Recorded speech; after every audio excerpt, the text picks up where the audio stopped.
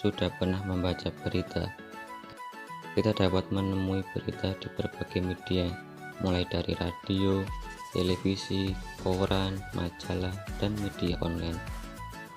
Berita yang kita dengar, tonton, atau baca bersumber dari teks berita. Teks berita disusun berdasarkan kaidah-kaidah jurnalistik, sehingga informasi yang didapat dapat dibuktikan dengan kebenarannya.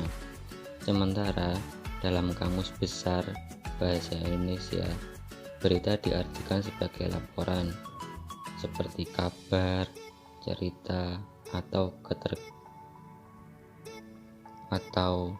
keterangan mengenai kejadian atau peristiwa yang hangat. Adapun ciri-ciri teks berita. Yang pertama, teks berita bersifat objektif. Objektif yang dimaksud sesuai keadaan yang terjadi tanpa ada pengaruh pendapat pribadi. Yang kedua, berdasarkan fakta yang ada, bukan dari pendapat atau opini penulis. Ketiga, judul berita mewakili keseluruhan isi berita. Yang keempat, bahasa yang dipakai efektif, mudah dipahami, lengkap, dan memikat pembaca. 5. Informasi atas suatu peristiwa disampaikan secara urut atau kronologis. 6. Data dalam teks fakta disajikan lengkap, sesuai konteks, dan dapat dibuktikan kebenarannya oleh semua orang. Dalam beberapa teks berita, biasanya terdapat kebenaran berlapis. Kebenaran berlapis terjadi ketika fakta yang terjadi menit ini belum tentu sama dengan fakta di menit berikutnya. Hal ini sering terjadi pada berita yang masih berkembang. Contohnya seperti data hitung pilkada, data korban COVID-19, dan sejenisnya.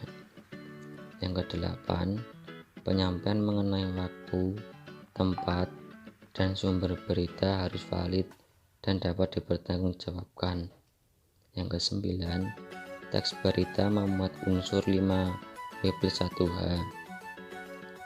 Apa, di mana, kapan, siapa, mengapa, bagaimana. Selanjutnya, struktur teks berita. Terdapat beberapa macam teks berita, namun semuanya memiliki struktur yang sama, yaitu orientasi, peristiwa, dan sumber berita. Berikut penjelasan secara singkatnya. Orientasi berita. Pembuka dari teks berita berisi penjelasan singkat dari inti informasi atau peristiwa yang ditulis. Orientasi menentukan arah pemberitaan. Pembaca dapat mengetahui kira-kira apa saja yang akan menjadi isi berita. Peristiwa berisi urutan kejadian atau peristiwa. Urutan kejadian tersebut dapat disampaikan secara kronologis. Setiap detail peristiwa harus terverifikasi agar tidak terjadi misinformasi atau disinformasi. Sumber berita. Sumber berita didapat dari hasil reportase dan wawancara. Sumber berita antara lain dari hasil percakapan dengan narasumber, para ahli, siaran pers, data statistik, laporan, surat, atau dokumen resmi. Dalam menulis sumber teks berita, kita harus cover both sides.